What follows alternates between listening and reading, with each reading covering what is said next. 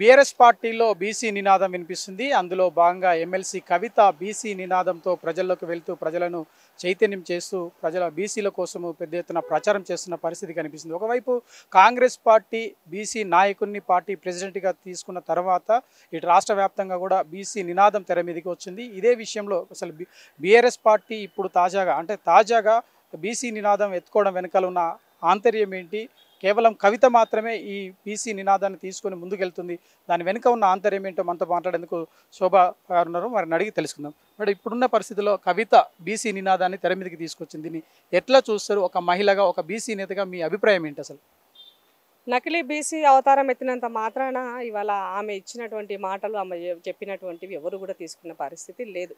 First of all Congress party బీసీల గురించి ఆలోచించకపోతే, ఇచ్చిన మాట నిలబెట్టుకోకపోతే ఎవరైనా మాట్లాడితే దానికి ఒక అర్థం ఉన్నది.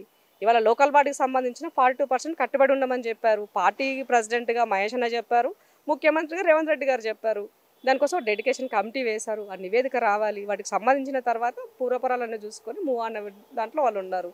అది వదిలేసి మీరు మీ రాజకీయ పబ్బం కోసము, ఇవాళ మీ అస్తిత్వం కోసము బీసీల ఎజెండాను కూడా మీరు హైజాక్ చేసే పని చేసి, ఆ పార్టీలో బీసీలు ఎవరు లేనట్టుగా, బీసీల ఎజెండానే లేనట్టుగా, ఆమె ఆమె ఉపయోగించే జాగృతి ప్లాట్ఫామ్లో ఎన్నిసార్లు ఎంతమంది బీసీల కోసం 10 సంవత్సరాలు కొట్లాడినారు, ఎంతమంది బీసీ బిడ్డలను నీ పక్కన నిలబెట్టుకున్నావు, ఎంతమందిని బాగుపరిచినావు, గతంలో నీ జాగృతిలో పనిచేసిన ఎంతమంది బీసీలు నిలబెట్టినావు చెప్పరాదా నువ్వు ఫస్ట్.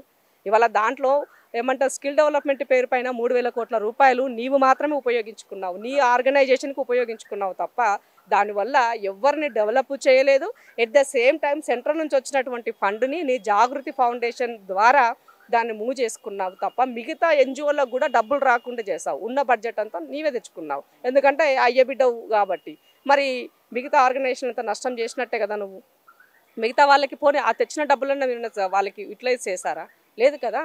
కాబట్టి ఇవాళ మీరు దానిని ఇవాళ జైలుకు పోయి వచ్చిన తర్వాత పార్టీ పరంగా ఆమెకున్న ఇబ్బందులు, నాయకత్వంలో ఇవాళ వాళ్ళ అన్న ఒకవైపు, బావ ఒకవైపు ఉంటున్నారు. ఈమె యొక్క ఆ హెడ్ స్ట్రాంగ్ కదా ఈమె కూడా. సో ఆమె యొక్క లీడర్షిప్లో మూవ్ అవ్వడం కోసం మళ్ళీ జాగృతి వ్యవస్థను ఉపయోగించుకుంటున్నారు. అందుకనే ఆ ఎంట ఉండి పనిచేసేటోళ్ళు కూడా ఆలోచించుకోవాలని గుర్తు చేస్తున్నారు. ఎందుకంటే మేము కూడా గతంలో ఆర్గనైజేషన్లో పనిచేసిన వాళ్ళమే కాబట్టి. అంటే ఏదేమైనప్పటికీ కూడా మంచి విషయాన్ని వచ్చినప్పుడు ఒక ఎజెండాగా తీసుకొని మాట్లాడినప్పుడు పార్టీలకు అతీతంగా మనకు అది ఆ సింపతి దొరుకుతుంది. ఆమె పార్టీ వల్ల ఆమెకు సింపతి ఇవ్వలేరు, ఆమె పార్టీ వల్ల ఆమెకు సింపతి ఇవ్వలేదు. కవిత ఒక్కతే బీసీ నినాదంతో ముందుకెళ్తుంది. కేసీఆర్ కానీ, కేటీఆర్ కానీ, హరీష్ రావు కానీ మిగతా వాళ్ళు ఎవరు కూడా అసలు మాట్లాడడానికి రావట్లేదు. ఇప్పటి వరకు ఆ మాటే ఎత్తలేదు అసలు. కేసీఆర్ గారికి బాగా తెలుసు, కేటీఆర్కి తెలుసు, హరీష్ రావు కూడా తెలుసు. సో ఒక పార్టీగా ఒక మాట ఇచ్చినప్పుడు అది నిలబెట్టుకున్న ప్రయత్నంలో ప్రభుత్వ పరంగా మేము చేస్తూ ఉన్నప్పుడు దాన్ని ఏమని మాట్లాడతారు వాళ్ళు? ఇప్పుడు డెడికేషన్ కమిటీ మేము వేసామంటేనే దాని చిత్తశుద్ధి ఏందో అర్థమైంది కదా. మరి దానిని అడ్డు పెట్టుకొని మళ్ళీ మీరు మాట్లాడితే దానికి ఏమైనా పస ఉన్నదా? గతంలో మీ నాయన 10 సంవత్సరాలు అధికారంలో ఉన్నప్పుడు నువ్వు ఒక మాట చెప్తే పనులు జరిగేవి. అలాంటి సందర్భంలో ఒక సంతకంతో మా తలరాతలు మారేవి. కానీ ఆ రోజు ఎన్నడూ మీరు మాట్లాడలేదే. ఇవాళ మా పిల్లలు చదువులు మీరు ఎట్లాగో రాజకీయంగా మాకు ఎమ్మెల్యే సీట్లు కానీ ఎమ్మెల్సీ సీట్లు కానీ మీరు మాకు ఇవ్వలేరు, నష్టం చేశారు.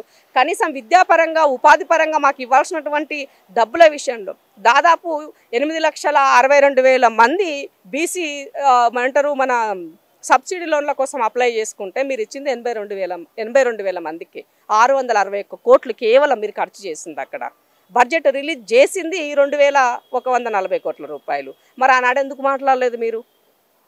ఎందుకు మాట్లాడుతున్నా? ఇదే సావిత్రిబాయి పూలే సంబంధించినటువంటి ఆమె ఉన్నత విద్యా చదువు కోసం 20 లక్షల రూపాయలు ఇచ్చే దాంట్లో మీరు ఇచ్చింది కేవలం 10 సంవత్సరాల కాలంలో 2,221 మందికి ఇచ్చారు. గంతే ఉన్నామా మేము బీసీలము? మా పిల్లలు గంతమంది అప్లై చేసుకున్నారా? 11,000 పైగా అప్లై చేసుకున్నారు. 11,000 పైగా అప్లై చేసుకున్న ఇచ్చిన సంఖ్య ఎంత? కాబట్టి ఇవన్నీ కూడా అంటే 10 సంవత్సరాల్లో మీరు ఏం చేశారో ఇవాళ ఏం అడుగుతున్నారో దానికి ప్రతిదీ కూడా ప్రజలు దాన్ని బేరీజ్ చేసుకుంటారు కదా, బేరీజ్ చేసుకుంటారు. ఇప్పుడు ఆ ఇంగిత జ్ఞానం లేకుండా నేను జైలు నుంచి వచ్చిన తర్వాత నేను బయటకు వచ్చిన తర్వాత మళ్ళీ నా యొక్క పూర్వం ఉన్నటువంటి వైభవం రావాలని చెప్పేసి ఇలా బీసీలను వాడుకునే ప్రయత్నం చేస్తే బీసీలు ఎవరు ఊరుకునే ప్రసక్తి లేదు. బీసీ నాయకత్వాన్ని హైజాక్ చేస్తే అంతకన్నా ఊరుకునే ప్రసక్తి లేదని గుర్తు చేస్తున్నాం. ముఖ్యంగా బీఆర్ఎస్లో కవితను తెర మీదకి తీసుకొచ్చిన తర్వాత కేటీఆర్ జైలుకు పోతారని ఒక పెద్ద వార్తలు వినిపిస్తున్నాయి. వాళ్ళని తప్పించడం కోసము నెక్స్ట్ స్థాయిలో కవితనే పార్టీని లీడ్ చేస్తుంది అని చెప్పేసి చాలామంది అంటున్నారు. నిజానికి ఇది సాధ్యమవుతుందంటారా? ఇప్పుడు ఆల్రెడీ 3 ముక్కల ఆటగా ఉంది పంచాయతీ ఆడ. హరీష్ రావుది ఒకటి, కేటీఆర్ది ఒకటి, కవిత గారిది ఒకటి. సో ఈ ముగ్గురు మధ్యలో పంచాయతీలలో అయ్యే రాకుండా ఫామ్ హౌస్కే పరిమితం అయ్యిండు. అసలు ఈ రాష్ట్రంలో అలా పార్టీ అవసరమా అన్నది కూడా ఈ తెలంగాణ సమాజం ఆలోచించాలి. ఎందుకు అనంటే దోచుకొని దాచుకున్న డబ్బుతో ఏం చేయాలో అర్థమవుతలేదు. అర్థం కాక తిన్నది అరగడం కోసం రోడ్ల మీద బొర్లినట్టుగా ఇవాళ ప్రజల పేరు చెప్పుకొని రోడ్లెక్కే ప్రయత్నం వాళ్ళు చేస్తున్నారు. కాంగ్రెస్ పార్టీని చాలా ఇష్టంతో ప్రజలు గెలిపించుకున్నారు. ఇవాళ ప్రతి హామీని ప్రతి విషయాన్ని ప్రజల భాగస్వామ్యంతో మేము చేస్తున్నాం. మహిళలకి పెద్దపీట వేస్తున్నాం. ఎస్, సంక్షేమం అనేది కంటిన్యూటీ ప్రాసెస్ జరుగుతుంది. ఇచ్చిన హామీ ప్రకారంగా ఉన్నటువంటి బడ్జెట్లో మనం చేయాలి. ఈ రాష్ట్రం ఆల్రెడీ అప్పుల పాలైంది. ఇంకా అప్పుల పాలు చేసుకుంటే అది ఎవరు భరించాలి? మనమే భరించాలి.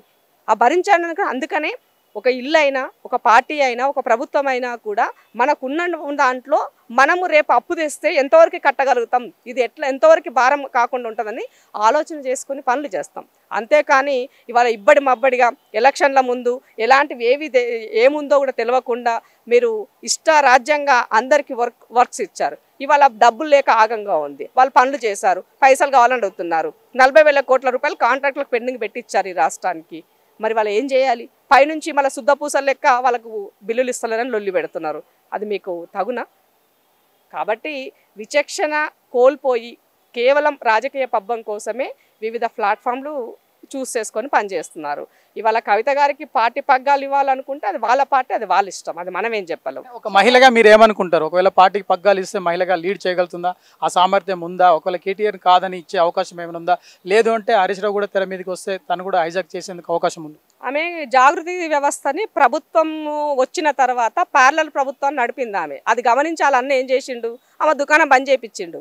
కాబట్టి ఆమె దుకాణం బంద్ అయిపోయింది. అప్పుడు మళ్ళీ వాళ్ళ దుకాణాన్ని మొదలు పెట్టింది. సో ఇట్లనన్నా రేపు మా నాయన నాకు ఇవ్వకపోతాడా అని ఆలోచించుకుంటుంది.